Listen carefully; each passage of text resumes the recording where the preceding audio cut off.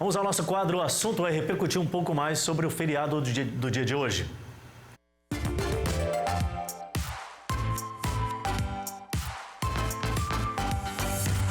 Eu tenho duas convidadas especiais para a gente debater um pouco mais esse assunto. Estou recebendo aqui a Rosa Negra. Correto, Rosa? Muito boa tarde, seja bem-vinda à Band. Boa tarde.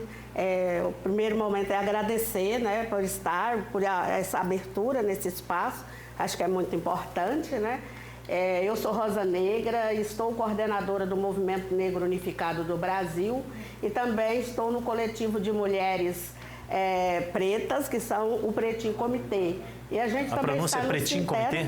Aham. Pretinho Comitê. Pretinho Comitê, um coletivo de mulheres negras de Rondônia. A gente vai conhecer um pouco mais, me permita, Rosa, deixa eu também introduzir aqui na conversa a Luciene Lisboa, que é cofundadora, inclusive, do Pretinho Comitê, é assim que pronuncia, né? Seja bem-vinda, que honra. Muito obrigada, boa tarde, é um prazer estar aqui nesse dia tão importante para nós, falarmos desse momento histórico para o nosso Brasil e para todo o povo preto. Agora é importante a gente ressaltar o seguinte, né? Há um tempo atrás, o Dia da Consciência Negra era um dia como outro qualquer. Sim. A relevância que se tem essa data e mesmo assim não havia uma pontuação de debates mais calorosos sobre a relevância de trazer a sociedade, é claro que no dia a dia, mas nesse dia específico, para discutir mais essas questões. Aí, com o tempo, alguns estados brasileiros adotaram como um feriado e um ponto mais forte de reflexão. E agora, mais recentemente, o país todo se mobiliza justamente para debater mais essas questões. Eu começo pedindo a tua opinião, Rosa.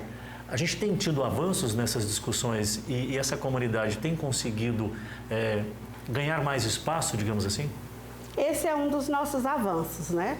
Há mais de 136 anos de abolição, que para nós foi inacabada, porque a gente continua nesse debate, né, por equidade, igualdade, né, mais acesso à educação, à saúde.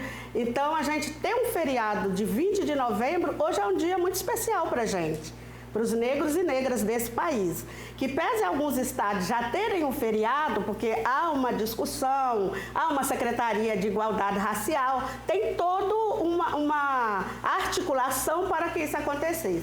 Mas como hoje a gente tem o Dia Nacional, então fica mais fácil da gente regulamentar os estados. Então, nós tivemos avanço também. Ontem foi aprovado a política de leis afirmativa, que foi a aprovação da lei de cotas, né, no Congresso. Claro que ainda tem que ser apreciado pelo Senado Federal, mas para a gente é uma vitória muito grande. Nós temos tido alguns avanços, né? Nós tivemos o G20, que discutiu com muita propriedade, inclusive a promoção da igualdade racial, onde no Brasil estavam aí os chefes, né, do mundo inteiro, né, a cúpula do G20 esteve no Brasil, aconteceu no Brasil. Então foi uma discussão muito boa. Paralelo, nós tivemos o G20 social, onde a sociedade civil organizada fizeram toda essa discussão que está girando em torno do clima, mas também sobre o racismo ambiental e todas as suas formas correlatas. Luciene, essas políticas que são implementadas, elas de alguma forma, elas podem também ser um pouco mais aprofundadas em misturar e não separar? Porque a gente vê que tem alguns movimentos que acabam separando. A gente vê aquelas comunidades específicas e não está englobando. Acho que talvez as políticas poderiam ser um pouco mais aprofundadas em termos de juntar e não separar. Vocês têm essa sensação ou algo vem mudando que a gente consegue hoje colocar todas as classes dentro desses movimentos que buscam justamente o quê? Quebrar o preconceito. E o preconceito é quebrado quando há miscigenação. Acho que as pessoas precisam se misturar um pouco mais, ou não? Olha, a gente vê que a mistura acontece. Só que assim, não vemos como separação, porque vemos como reparação. Porque o que as políticas estão fazendo é reparando algo que já aconteceu já há muito tempo e nunca teve esse reparo. Então, assim, a pessoa fala, essa separação, porque fica se puxando para uma classe que sempre foi beneficiada por todas as leis e por todas as mudanças que temos no nosso país. Só que o povo negro, ele sempre foi deixado à margem. Então, as políticas, elas vêm para fazer essa equidade, trazer esse povo para reconhecimento, para conquistar tudo que ele foi lhe tirado.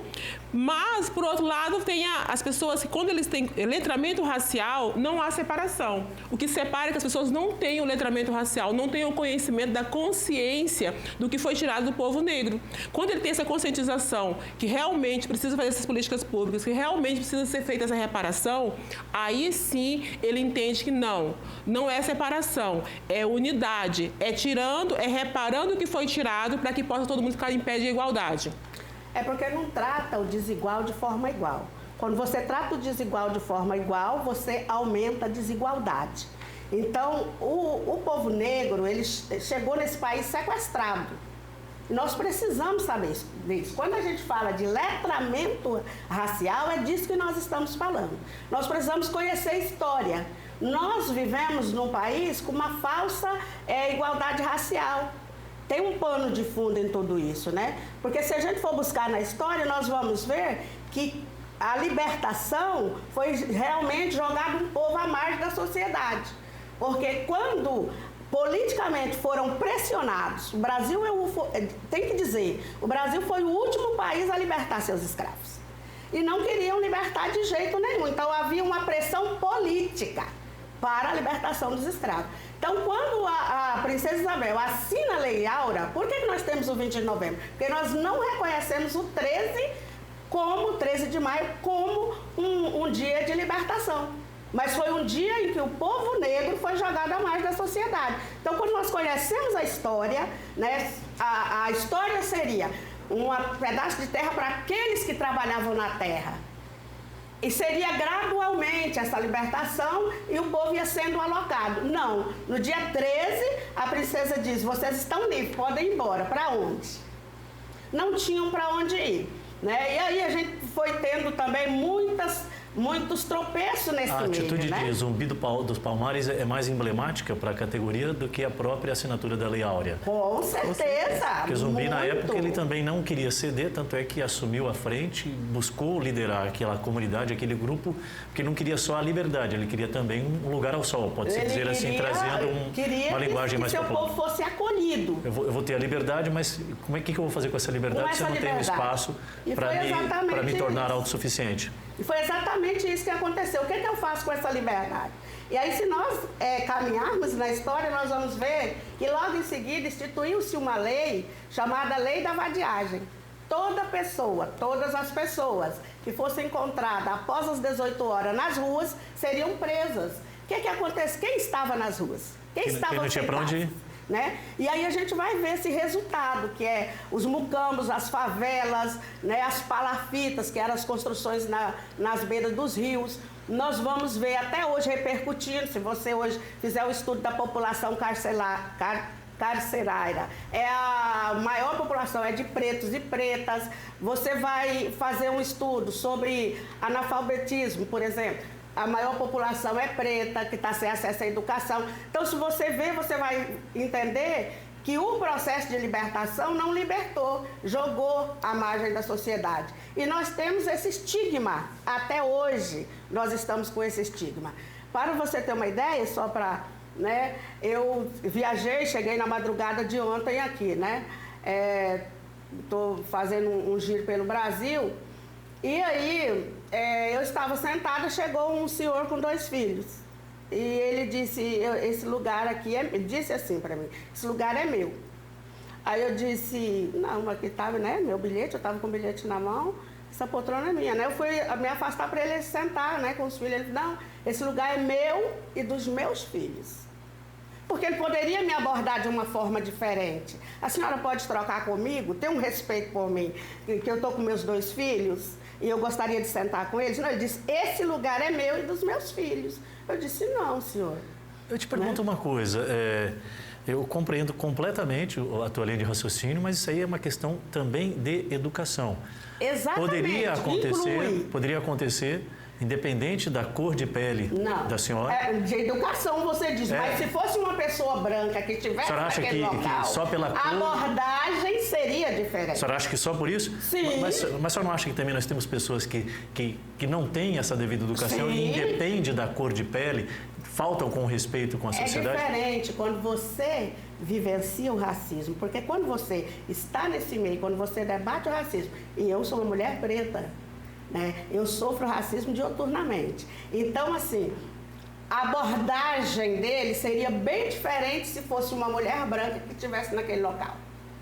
E se fosse um homem branco... Concordo, mas permito também a não concordar. Não, é uma discussão que a gente tem que fazer. Que a senhora tem. E se fosse um homem branco, o homem se dirigiria a ele de forma diferente. É diferente, porque nós vivemos num país racista, patriarcal, entendeu? E que há um ódio, há uma misoginia muito grande.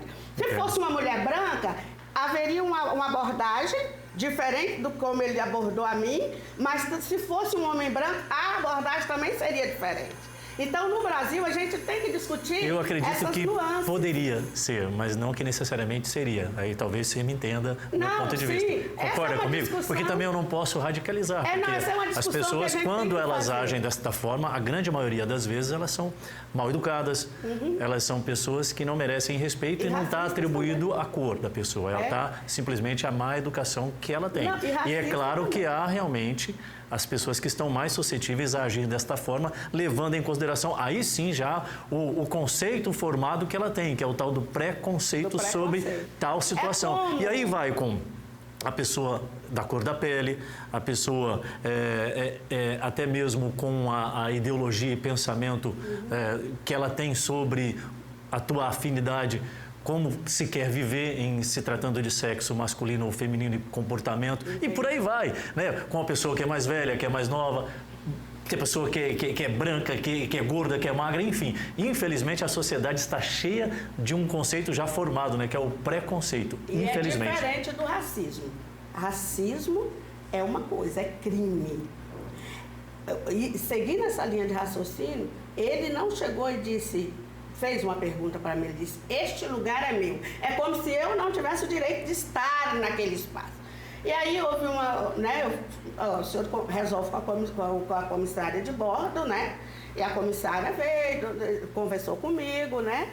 E disse, olha, ele está com as duas crianças, ele poderia ter feito essa abordagem comigo. Eu não tenho dúvida. Mas olha, infelizmente, eu estou com meus dois indivíduo... filhos, eu gostaria de estar sentar com os dois. A senhora poderia trocar comigo? Mas quando você vive num país racista, onde os brancos... Nossa guerra não é uma guerra de brancos contra os negros. Nós estamos falando de uma realidade que nós vivenciamos no dia a dia, em todos os espaços. Porque os espaços, eles não foram construídos para os negros e negras, eles foram construídos para uma branquitude. Agora, tem toda uma conversa em torno disso. É história, é o jeito que foi negligenciadas as políticas públicas de inclusão, de equidade e de reparação, como bem disse a companheira Luciene. Nós precisamos entender que nesse país, os negros foram que enriqueceram essa sociedade, trabalharam de graça e muitos morreram vindo para o Brasil e muitos morreram sem conhecer a liberdade, morreram no tronco, morreram enterrados vivos, morreram mutilados, cortados pés, mão, furados olhos. Isso é história. Só que o livro didático não contou essa história para nós. Os outros países tem muito romantismo nas narrativas, essa é a grande verdade. Né? Rosa, deixa eu conversar um pouquinho aqui com a Luciene também, inclusive sobre as ações que estão sendo desenvolvidas justamente para, paralelo os movimentos de discussões, também trazer a devida condição para que essas pessoas também busquem a meritocracia, não só o espaço pelo espaço, mas que tenha mérito também para ocupar esse devido espaço. Porque aí a gente volta lá naquele primeiro ponto de discussão, eu preciso ter a liberdade, mas eu tenho que ter a condição de exercer determinada atividade. Não adianta ter, por exemplo, a cota especificamente, ou assegurar aquele espaço, se aí o indivíduo, independente se é negro ou não tiver a devida capacidade. E aí, pelo que eu vi nesse coletivo de mulheres pretas, que é o Petit Comité, né, tem algumas políticas que são implementadas paralelo a isso, não só a inserção, mas a qualificação, porque eu acho que tem que caminhar num paralelo. Quando você fala, por exemplo, da falta de oportunidade para a formação, né, para os negros, eu acho que dentro desse contexto aqui também já são avanços interessantes, né? Eu queria que vocês falassem um pouquinho sobre esse movimento aqui. Tá, o movimento Petit Comité é de empoderar, porque a capacitação, os negros já são capacitados, eles estão estudando, vem de pouco tempo de liberdade para cá, eles estão buscando e estão aí. Só de ver que o que faltava era essa equiparação. Então, a lei de cotas, essas leis, elas simplesmente elas estão reservando, não é que o negro ele vai estar estudando e fazendo e passando como qualquer outras pessoas. Só que ele tem essa reserva, que foi tirado já há algum tempo. E o Petit Comité ele entra com a ação de empoderar essas pessoas que ele podem chegar nesse espaço, passar o letramento racial, que é ensinar o que eles não sabem da nossa história, trazer a história viva, a história real que nos foi tirada, mostrar que somos descendentes de reis e rainhas, que somos povos que realmente ele vem de uma cultura rica, de uma cultura de ensinamentos, com muita coisa que o mundo hoje usa, foi do povo negro. Então, tudo que você for olhar em várias culturas, tanto na gastronomia, na música, na ciência, na tecnologia, a África ela já tinha tudo isso e trouxe para todos os continentes, para vários continentes. Então, hoje, o Petit Comité traz o quê? Essa conscientização para as crianças, para as mulheres, que podemos sim, e nós somos herdeiros de um povo rico, de muita cultura, de muita inteligência, que não devemos nada para ninguém, nem precisamos. Só precisamos realmente que seja equidade, que seja justo as oportunidades para todos. Eu queria que voltasse essa última imagem aí, Neto, que faz justamente alusão àquilo que eu falei sobre a gente juntar e não separar. Isso. Eu acho que essas questões têm que ser debatidas exatamente dessa forma que a gente vê exemplificado na sala de aula. Ali, independente da cor, está todo mundo debatendo o mesmo assunto. Todo mundo mesmo assunto. Eu acho que a sociedade junta. Aí, quando eu falo sobre a questão de separar, é de que não tenhamos movimentos que dialoguem somente dentro da bolha. A bolha que eu quero dizer no sentido que somente o movimento específico. Não. Eu acho que aí entra também aquela questão quando se debate a violência contra a mulher.